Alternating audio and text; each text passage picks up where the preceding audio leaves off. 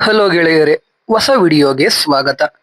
ನಾವು ಇವತ್ತು 2009ರಲ್ಲಿ ರಿಲೀಸ್ ಆಗಿದ್ದ ತೆಲುಗಿನ ಹಾರರ್ ಮೂವಿ ಆಗಿರುವಂತಹ ಅರುಂಧತಿ ಮೂವಿನ ಎಕ್ಸ್ಪ್ಲೈನ್ ಮಾಡ್ತಾ ಇದ್ದೀವಿ. ಈ ಮೂವಿಯ ಒಂದನೇ ಸ್ಟೋರಿ ಏನಪ್ಪಾ ಅಂದ್ರೆ, ಹಿಂದಿನ ಕಾಲದಲ್ಲಿ ಒಂದು ರಾಜ ಸಂಸ್ಥಾನ ಇರುತ್ತೆ. ಆ ಸಂಸ್ಥಾನದಲ್ಲಿ ಇದ್ದ ರಾಜನ ತಂಗಿಯ ಮಗ ಒಬ್ಬ ದೊಡ್ಡ ವುಮನೈಸರ್ ಆಗಿರ್ತಾನೆ. ಅಂದ್ರೆ ಅವನು ಅಲ್ಲಿರೋ ಎಲ್ಲ ಮಹಿಳೆಯರನ್ನು ಕೆಟ್ಟ ದೃಷ್ಟಿಯಿಂದಾನೇ ನೋಡ್ತಾ ಇರ್ತಾನೆ. ಇದು ಗೊತ್ತಾದ ರಾಜನ ಮಗಳು ರಾಜನ ತಂಗಿಯ ಮಗನಿಗೆ ಒಂದು ದೊಡ್ಡ ಶಿಕ್ಷೆ ಕೊಡ್ತಾಳೆ. ಆ ರಾಜನ ಮಗಳು ಯಾರು, ಆ ರಾಜನ ಮಗಳು ಅವನಿಗೆ ಕೊಟ್ಟ ಶಿಕ್ಷೆ ಏನು, ಆ ಶಿಕ್ಷೆ ಕೊಟ್ಟಾದ ಮೇಲೆ ಅವನಿಗೆ ಏನಾಯ್ತು, ಹಿಂದಿನ ಕಾಲದಲ್ಲಿ ನಡೆದ ಘಟನೆಗೂ ಈಗ ನಡೀತಿರೋ ಘಟನೆಗಳಿಗೂ ಸಂಬಂಧ ಏನು, ಇದನ್ನೆಲ್ಲ ಮೂವಿ ನೋಡ್ತಾ ತಿಳ್ಕೊಳ್ಳೋಣ. ವಿಡಿಯೋ ಶುರು ಮಾಡೋ ಮುಂಚೆ ನೀವೇನಾದ್ರೂ ಇನ್ನು ನಮ್ಮ ಚಾನಲ್ ಸಬ್ಸ್ಕ್ರೈಬ್ ಆಗಿಲ್ಲ ಅಂದ್ರೆ ವಿಡಿಯೋ ಪೂರ್ತಿ ನೋಡಿ, ಕಂಟೆಂಟ್ ಇಷ್ಟ ಆದ್ರೆ ಮಾತ್ರ ಸಬ್ಸ್ಕ್ರೈಬ್ ಮಾಡ್ಕೊಂಡು ಸಪೋರ್ಟ್ ಮಾಡಿ. ಬನ್ನಿ ವಿಡಿಯೋ ಶುರು ಮಾಡೋಣ. ಮೊದಲನೇ ಸೀನಲ್ಲಿ ನಮಗೆ ಒಂದು ಅರಮನೆ ತೋರಿಸ್ತಾರೆ. ಆ ಅರಮನೆಗೆ ಹೈದರಾಬಾದ್ ಇಂದ ಒಂದು ಫ್ಯಾಮಿಲಿ ಬರುತ್ತೆ. ಅಲ್ಲಿಗೆ ಬಂದ ಫ್ಯಾಮಿಲಿಯ ಮುಖ್ಯಸ್ಥ ಫುಲ್ಲು ಖುಷಿಯಾಗಿರ್ತಾನೆ. ಆ ತಾತ ಅರಮನೆಯ ಕೆಲಸದವಳಾದ ಚಂದ್ರಮ್ಮನನ್ನು ಈಚೆಗೆ ಕರೀತಾನೆ. ಕರೆದು ಅರುಂಧತಿಗೆ ಮದುವೆ ಸೆಟ್ ಆಯ್ತು ಅಂತ ಹೇಳ್ತಾನೆ. ಇದನ್ನ ಕೇಳಿ ಖುಷಿಯಾದ ಚಂದ್ರಮ್ಮ ಓಡೋಗಿ ದೇವರ ಮನೆಯಿಂದ ಒಂದು ಮದುವೆ ಕಾರ್ಡ್ ತರ್ತಾಳೆ. ಆ ಮದುವೆ ಕಾರ್ಡ್ ಆ ತಾತನ ತಾಯಿಯದ್ದು. ಆ ತಾತನ ತಾಯಿ ಹೆಸರು ಕೂಡ ಅರುಂಧತಿ. ಮತ್ತೆ ಅವಳನ್ನು ಎಲ್ಲರೂ ಜೇಜಮ್ಮ ಅಂತ ಕರಿತಾ ಇರ್ತಾರೆ. ಆ ಜೇಜಮ್ಮ ಮದುವೆ ಆಗಿದ್ದ ಲಗ್ನ ಕೂಡ ಇವಾಗ ಅರುಂಧತಿ ಮದುವೆ ಆಗ್ತಾ ಇರೋ ಲಗ್ನಕ್ಕೆ ಹೊಂದಾಣಿಕೆ ಆಗ್ತಾ ಇರುತ್ತೆ. ಅಂದ್ರೆ ಎಲ್ಲರೂ ಜೇಜಮ್ಮನೆ ಅರುಂಧತಿ ರೂಪದಲ್ಲಿ ಮತ್ತೆ ಹುಟ್ಟಿ ಬಂದಿದ್ದಾಳೆ ಅಂತ ಅನ್ಕೊಂಡಿರ್ತಾರೆ. ಯಾಕಂದ್ರೆ ಆ ತಾತನ ಕುಟುಂಬಕ್ಕೆ 3 ತಲೆಮಾರಿಂದ ಹೆಣ್ಣು ಮಕ್ಕಳೇ ಆಗಿರಲ್ಲ. ಇವಾಗ ಅರುಂಧತಿ ಹುಟ್ಟಿರ್ತಾಳೆ. ಅದಕ್ಕೆ ಆ ತಾತ ಅವನ ತಾಯಿಗೆ ಎಷ್ಟು ಮರ್ಯಾದೆ ಕೊಡ್ತಾ ಇದ್ನೋ ಅಷ್ಟೇ ಮರ್ಯಾದೆಯನ್ನ ಅವನ ಮೊಮ್ಮಗಳಿಗೂ ಕೊಡ್ತಾ ಇರ್ತಾನೆ. ಮತ್ತೆ ಚಂದ್ರಮ್ಮ ತಾತನ ತಾಯಿ ಇದ್ದಾಗ್ಲಿಂದಲೂ ಆ ಮನೆಯಲ್ಲೇ ಕೆಲಸ ಮಾಡ್ತಾ ಇರ್ತಾಳೆ. ಅದಕ್ಕೆ ಆ ತಾತ ಆ ಚಂದ್ರಮ್ಮನಿಗೂ ತುಂಬಾ ಮರ್ಯಾದೆ ಕೊಡ್ತಾ ಇರ್ತಾನೆ. ಇವಾಗ ಅರುಂಧತಿಗೆ ಮದ್ವೆ ಸೆಟ್ ಆಗಿದೆ ಅಂತ ಕೇಳಿದ ಆ ಚಂದ್ರಮ್ಮ ತುಂಬಾ ಖುಷಿ ಆಗ್ತಾಳೆ. ನೆಕ್ಸ್ಟಿನಲ್ಲಿ ನಮಗೆ ರಮಣ ಮತ್ತೆ ಸುಶೀಲಾ ಅನ್ನೋ ಒಂದು ಕಪಲ್ ನ ತೋರಿಸ್ತಾರೆ. ಅವರು ಕಾರಲ್ಲಿ ಗದ್ವಾಲ್ಗೆ ಬರ್ತಾ ಇರ್ತಾರೆ. ಗದ್ವಾಲ್ ಅಂದ್ರೆ ಇವಾಗ ಈ ತಾತನ ಫ್ಯಾಮಿಲಿ ಇರೋ ಊರು. ಅಲ್ಲಿಗೆ ಅರುಂಧತಿ ಮದ್ವೆಯ ಕಾರ್ಡ್ ಕೊಡೋಕೆ ಬರ್ತಾ ಇರ್ತಾರೆ. ದಾರಿಲಿ ಬರೋವಾಗ ಇದ್ದಕ್ಕಿದ್ದಂತೆ ಅವರ ಕಾರಿಗೆ ಆಕ್ಸಿಡೆಂಟ್ ಆಗ್ಬಿಡುತ್ತೆ. ಕೆಳಗೆ ಇಳಿದು ಏನಾಗಿದೆ ಅಂತ ನೋಡುವಾಗ ಹಿಂದೆ ಊರಿಗೆ ಒಂದು ದೊಡ್ಡ ಅರಮನೆ ಕಾಣಿಸುತ್ತೆ. ಅದನ್ನ ನೋಡಿ ಅಲ್ಲಿಗೆ ಹೋಗಿ ಮನೆಗೆ ಫೋನ್ ಮಾಡೋಣ ಅಂತ ರಮಣ ಮತ್ತೆ ಸುಶೀಲಾ ಆ ಮನೆ ಕಡೆ ಹೋಗ್ತಾ ಇರ್ತಾರೆ.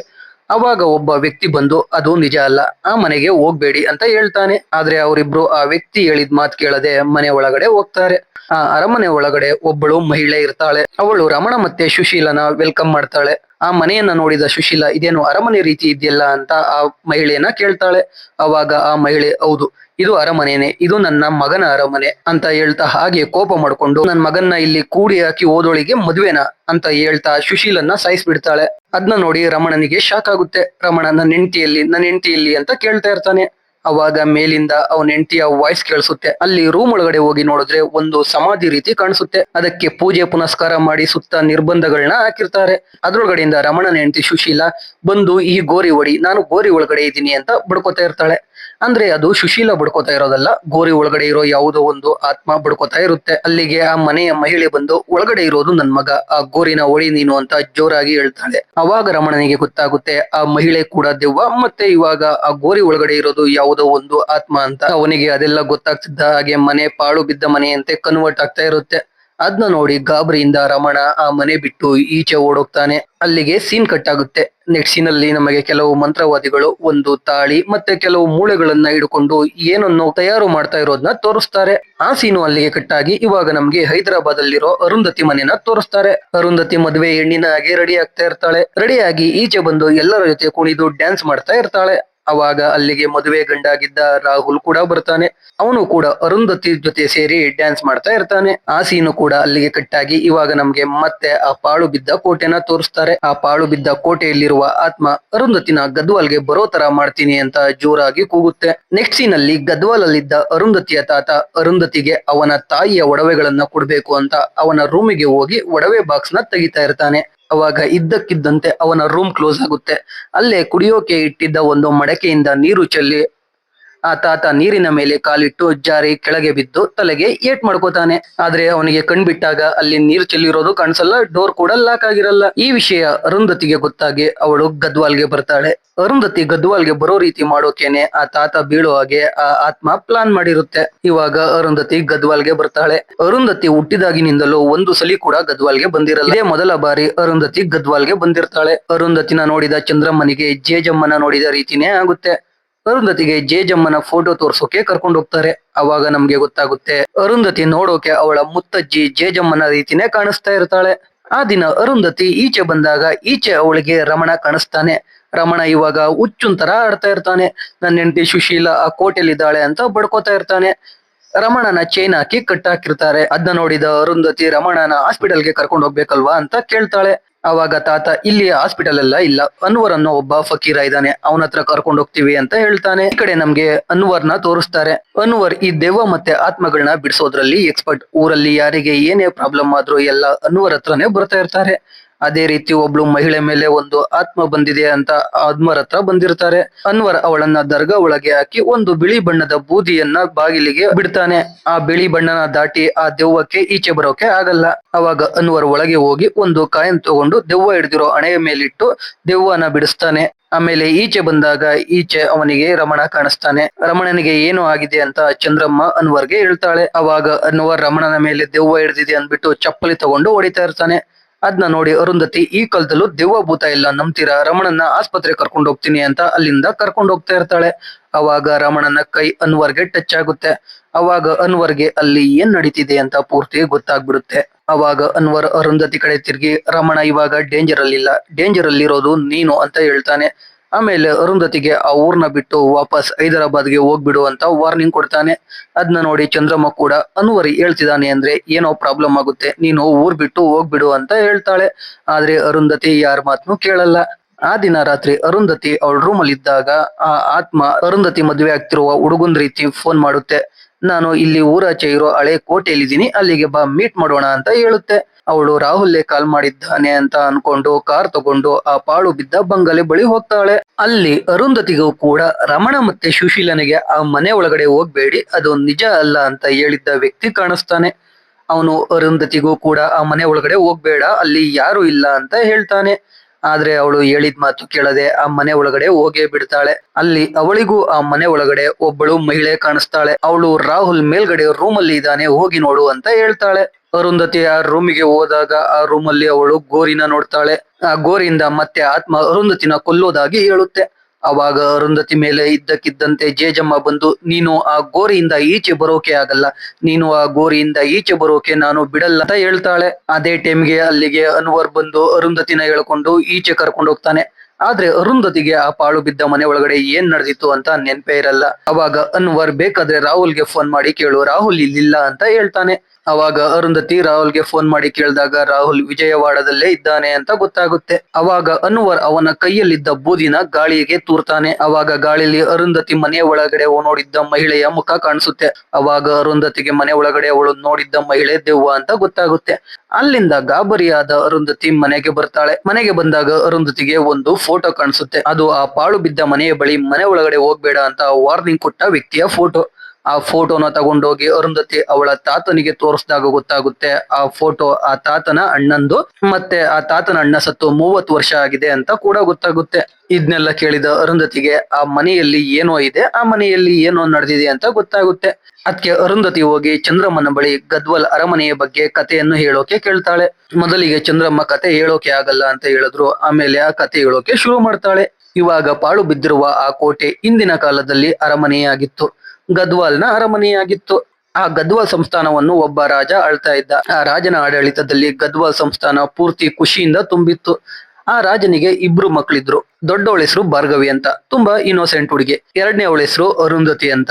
ಅರುಂಧತಿ ಕತ್ತಿ ವರಸೆಯಲ್ಲಿ ತುಂಬಾ ಪ್ರವೀಣೆಯಾಗಿದ್ಲು. ಎಲ್ಲ ಕಥೆಯಲ್ಲಿ ಇರೋ ತರ ಅರುಂಧತಿ ಕಥೆಯಲ್ಲೂ ಒಬ್ಬ ವಿಲನ್ ಇದ್ದ. ಅವನು ಬೇರೆ ಯಾರು ಅಲ್ಲ, ಆ ರಾಜನ ತಂಗಿಯ ಮಗ. ರಾಜನ ತಂಗಿಯ ಹೆಸರು ಜಲಜಮ್ಮ, ಮತ್ತೆ ಅವಳ ಮಗನ ಹೆಸರು ಪಶುಪತಿ.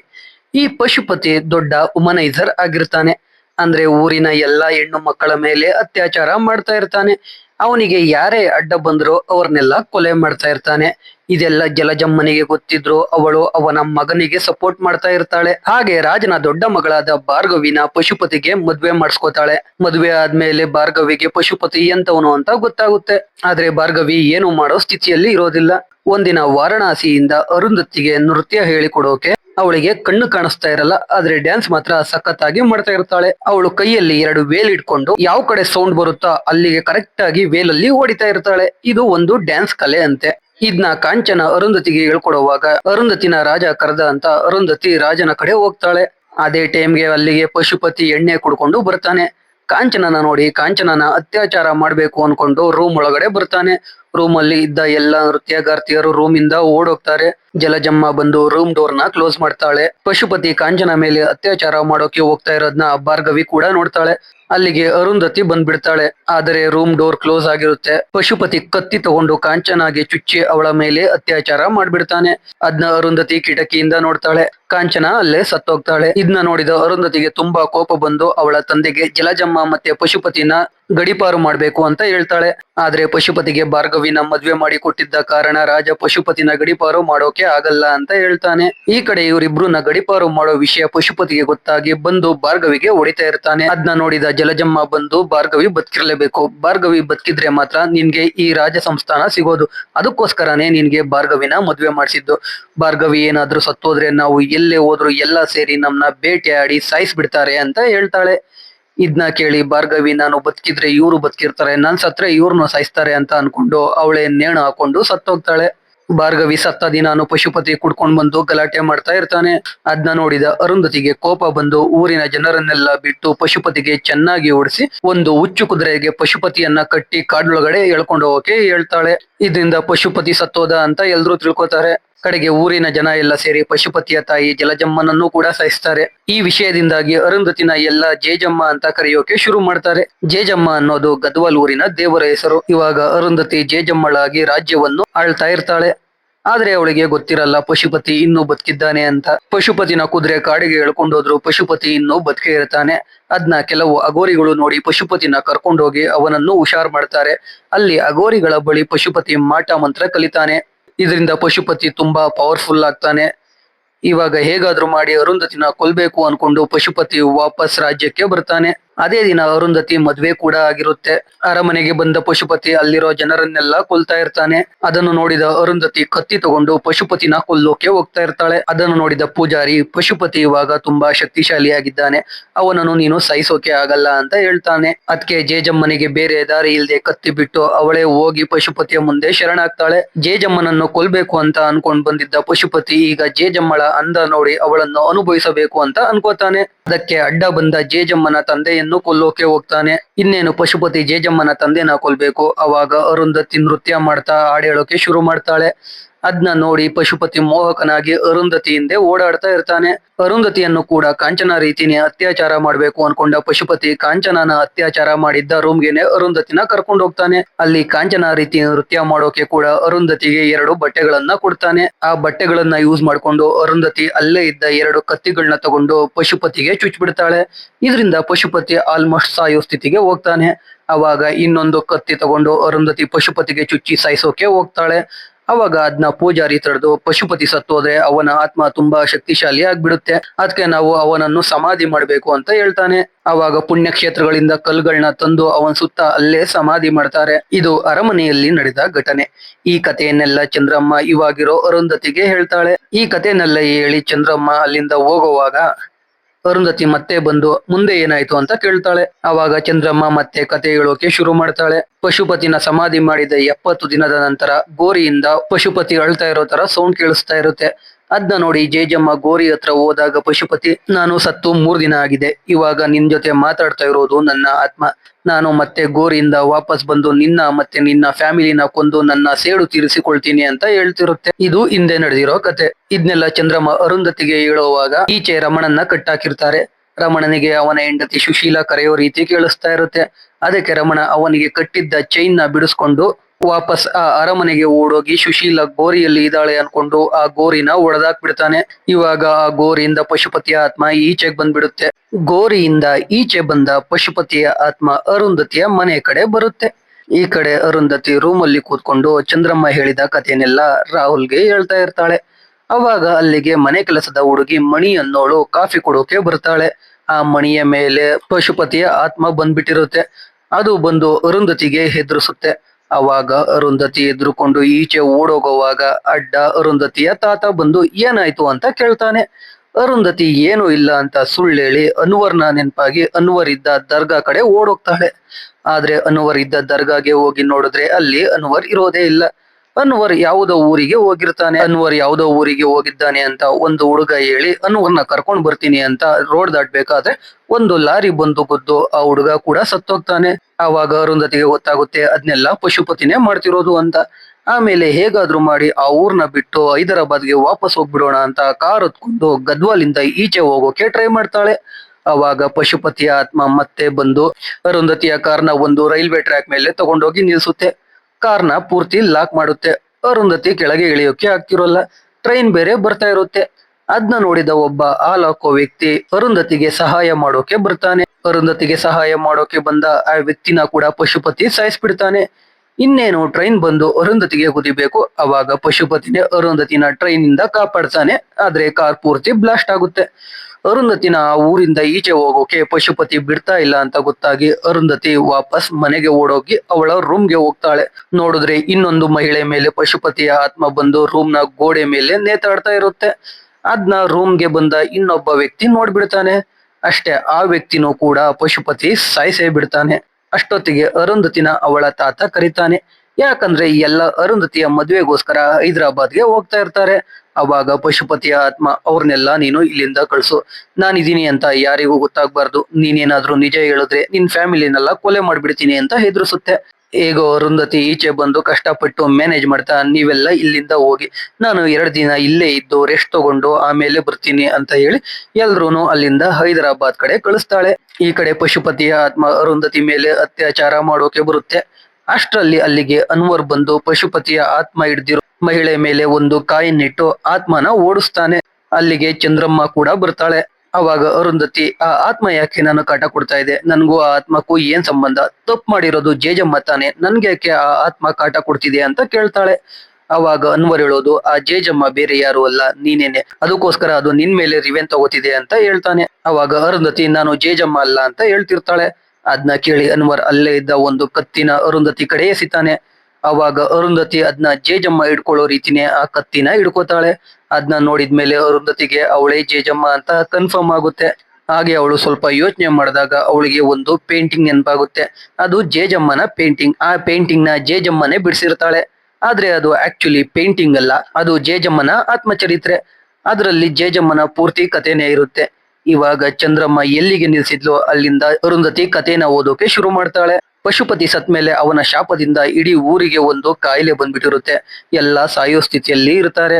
ಅದಕ್ಕೆ ಪಶುಪತಿ ಆತ್ಮಕ್ಕೆ ಮುಕ್ತಿ ಕೊಡೋಕೆ ಏನಾದ್ರೂ ಸೊಲ್ಯೂಷನ್ ಸಿಗುತ್ತಾ ಅಂತ ಜೇಜಮ್ಮ ಎಲ್ಲಾ ಕಡೆ ಹುಡಿಕೊಂಡು ಹೋಗ್ತಾಳೆ. ಆದ್ರೆ ಅವಳಿಗೆ ಎಲ್ಲೂ ಸೊಲ್ಯೂಷನ್ ಸಿಗಲ್ಲ. ಅವಾಗ ಗದ್ವಾಲ್ನ ಪಶ್ಚಿಮ ದಿಕ್ಕಲ್ಲಿ ಇದ್ದ ಒಂದು ಮಂತ್ರವಾದಿಗಳ ಗುಂಪು ಇವಳಿಗೆ ಸಿಗುತ್ತೆ. ಅವರು ಪಶುಪತಿನ ಕೊಲ್ಲೋಕೆ ಒಂದು ದಾರಿ ಇದೆ ಅಂತ ಹೇಳ್ತಾರೆ. ಆ ದಾರಿ ಅಂದ್ರೆ ಎಲ್ಲಾ ದುಷ್ಟಶಕ್ತಿಗಳನ್ನ ಕೊಲ್ಲೋಕೆ ಇರೋ ರೀತಿನೇ ಪಶುಪತಿನ ಕೊಲ್ಲೋಕೆ ಒಂದು ವೆಪನ್ ಇದೆ ಅಂತ. ಆ ವೆಪನ್ ಬೇರೆ ಏನು ಅಲ್ಲ, ಅದು ಜೇಜಮ್ಮಳ ಮರಣ. ಜೇಜಮ್ಮ ಸತ್ತ ಮೇಲೆ ಅವಳ ಬಾಡಿಯಿಂದ ಒಂದು ವೆಪನ್ ನ ಮಾಡ್ತಾರೆ. ಆ ವೆಪನ್ ನ ಯೂಸ್ ಮಾಡ್ಕೊಂಡು ಮತ್ತೆ ಜೇಜಮ್ಮ ಹುಟ್ಟಿ ಬಂದು ಪಶುಪತಿನ ಕೊಲ್ಬೇಕು ಅಂತ ಮಂತ್ರವಾದಿಗಳು ಹೇಳ್ತಾರೆ. ಅದಕ್ಕೆ ಜೇಜಮ್ಮ ಸರಿ ಅಂತ ಒಪ್ಕೊಂಡು ಮನೆಯವ್ರಿಗೆಲ್ಲ ನಾನು ತೀರ್ಥಯಾತ್ರೆಗೆ ಹೋಗ್ತಾ ಇದ್ದೀನಿ, ಮತ್ತೆ ಈ ಮನೆಯಲ್ಲಿ ಒಂದು ಹೆಣ್ಣು ಮಗು ಆದ್ರೆ ಅದಕ್ಕೆ ನನ್ನ ಹೆಸರೇ ಇಟ್ಟು ನನಗೆ ಎಷ್ಟು ರೆಸ್ಪೆಕ್ಟ್ ಕೊಡ್ತಿದ್ರು ಆ ಹೆಣ್ಣು ಮಗುಗೆ ಅಷ್ಟೇ ರೆಸ್ಪೆಕ್ಟ್ ಕೊಡ್ಬೇಕು ಅಂತ ಹೇಳಿ ಅಲ್ಲಿಂದ ಬರ್ತಾಳೆ. ಅಲ್ಲಿಂದ ಅವಳು ಮಂತ್ರವಾದಿಗಳ ಬಳಿಗೆ ಬರ್ತಾಳೆ. ಮಂತ್ರವಾದಿಗಳು ಪೂಜೆ ಮತ್ತೆ ಆಚರಣೆಗಳನ್ನೆಲ್ಲ ಮಾಡಿ ಜೇಜಮ್ಮಳ ತಲೆ ಮೇಲೆ ತೆಂಗಿನಕಾಯಿಯನ್ನು ಒಡೆದು ಅವಳು ಸಾಯುವ ಹಾಗೆ ಮಾಡ್ತಾರೆ. ಆಮೇಲೆ ಅವಳನ್ನು ಒಂದು ಬಟ್ಟೆಯಿಂದ ಸುತ್ತಿ ಅವಳನ್ನು ಒಂದು ಮರಕ್ಕೆ ಕಟ್ಟಿ ಸುಟ್ಟಾಕ್ತಾರೆ. ಜೇಜಮ್ಮ ಸತ್ತು ಬೂದಿಯಾದ ನಂತರ ಅವಳ ಮಾಂಗಲ್ಯ ಸರ ಮತ್ತು ಅವಳ ಮೂಳೆಗಳನ್ನು ಬಳಸಿಕೊಂಡು ಒಂದು ವೆಪನ್ ನ ರೆಡಿ ಮಾಡ್ತಾರೆ. ಇದೇ ಸೀನ್ ನಾವು ಸಿನಿಮಾ ಶುರುವಿನಲ್ಲಿ ಕೂಡ ನೋಡಿರ್ತೇವೆ. ಇದನ್ನೆಲ್ಲ ಅರುಂಧತಿ ಪ್ರೆಸೆಂಟ್ ಅಲ್ಲಿ ಆ ಫೋಟೋ ನೋಡ್ತಾ ಓದ್ತಾ ಇರ್ತಾಳೆ.